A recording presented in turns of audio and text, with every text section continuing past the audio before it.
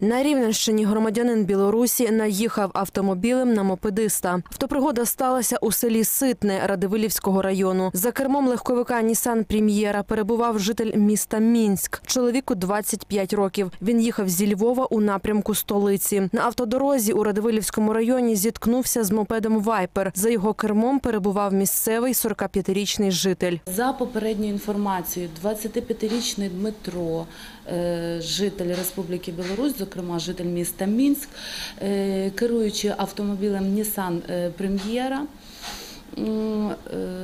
під час виїзду на смугу зустрічного руху допустив наїзд на мопед «Вайпер». За кермом двоколісного транспортного засобу знаходився житель Радивилівського району 45-річний Дмитро. В результаті цієї дорожньо-транспортної пригоди водій мопеда отримав тілесні ушкодження різного ступеню важкості, з якими на даний час знаходиться в Радивилівській центральній районній лікарні.